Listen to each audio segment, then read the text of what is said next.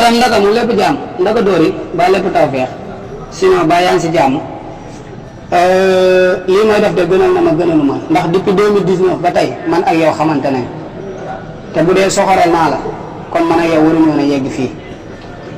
maa la xam ci groupe WhatsApp ma ne la dinaa la jël si interview de parce que yow lii ngay wax nii si làmb jafe nañu koy wax si làmb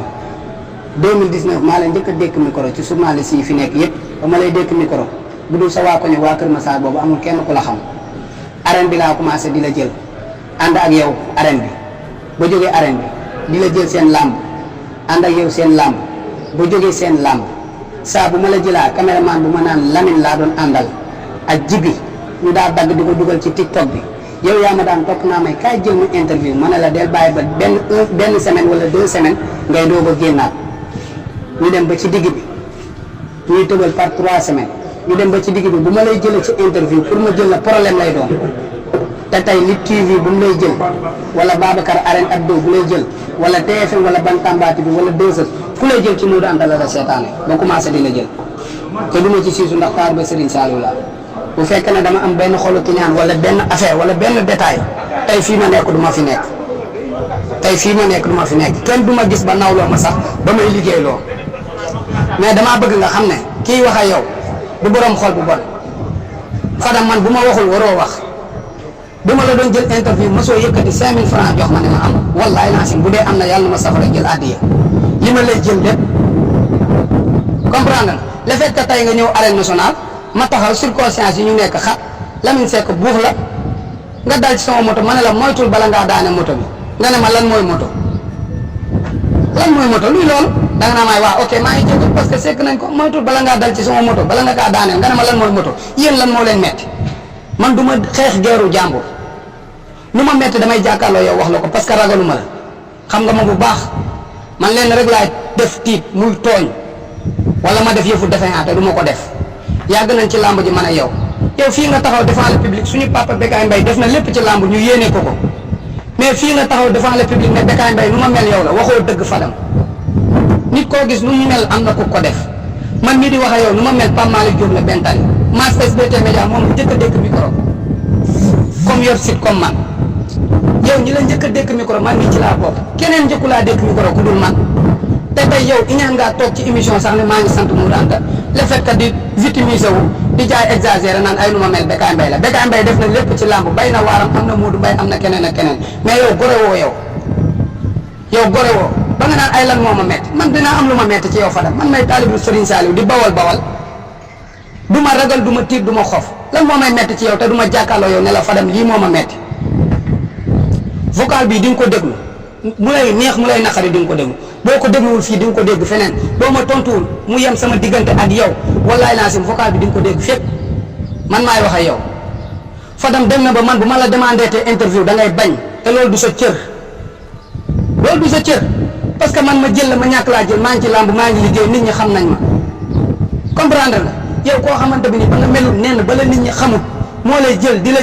jël di ko dagg nga naan dugalal TikTok jàpp ci mën naa lay xaaral Jibi dina ko dugal nga may topp interview ñëwal ma ne la del bàyyi ba mu am 3 jours ñu koy doog a def ndax gars yi namm la del bàyyi ba mu am semaine ñu koy def ndax gars yi namm la tey kooku bu demee ba lay woo di la jël interview ngay bañ ay lan nga bëgg ñu waxtaane yow xanaa yaa ngi doog a laaj lu ñuy waxtaane yàgg naa laa jël interview boo defee ay bêtises ma ne la loolu waroo koo wax buñ ko dugal buñ def nii yow lan mooy sa problème Fadam nekkal nit te nga liggéey jaar ci yoon bi moo gën ci yow say détails bari na sa coow bari na luy problème da nga fee gën a xam kenn laam da nga fee dàq liggéey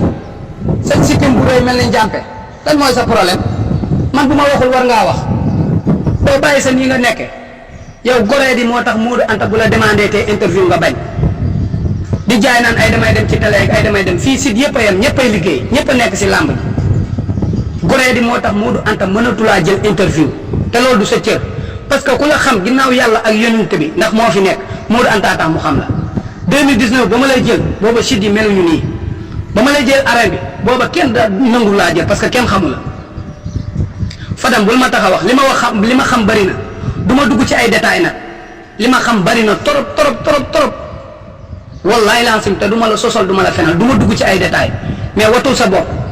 am naa droit ñu bëmax la ngay waaj a dal ci sama moto ma ne la moytul bala ngaa daane moto bi nga naa may lan mooy moto mën naa am lii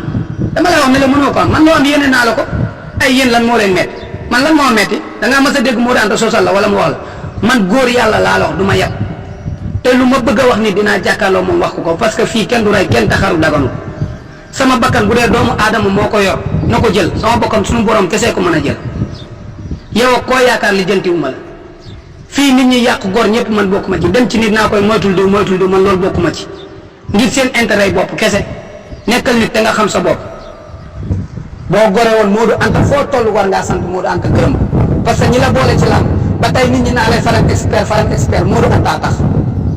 vocal bii nërta na am xam nga lan moo tax ma li ma def tey parce que da ngaa yaakaar dama laa eenal man may jullit jàng alxuraan ba wàcc nekk ci daara ñu tarbiya